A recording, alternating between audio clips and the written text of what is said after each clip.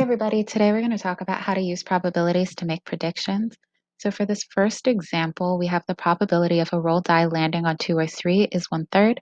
Miss Smith is going to roll a die 10 times. How many times would you expect her to roll a 2 or a 3? So to solve this problem, we're going to multiply the number of trials by the probability.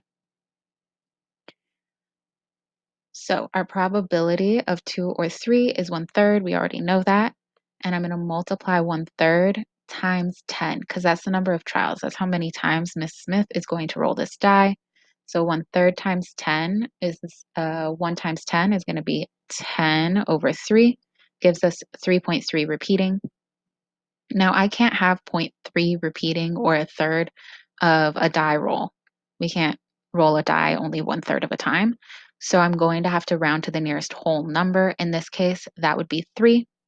And so we would expect the die to land on 2 or 3 times. For our second example, we have the probability of randomly selecting a purple marble is 11%. How many times would you expect to select a purple marble if you randomly selected a marble 75 times? So if I'm just pulling marbles out of hats and putting them right back in, we know the probability of purple is 11%. I'm going to convert that into a decimal because it's easier to multiply by a decimal.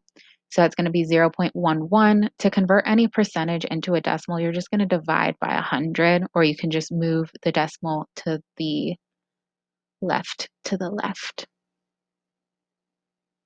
So we have 0.11, and I'm going to multiply that by the number of trials. In this case, that is 75. So 11% times 75 is 8.25. And again, just like that last problem, I can't have a quarter of a selection of a marble, right? When you're either pulling out a whole marble or no marble. So we're going to round. So we would expect to draw a purple marble 8 times. And that's it for using probability to make predictions. See you next time.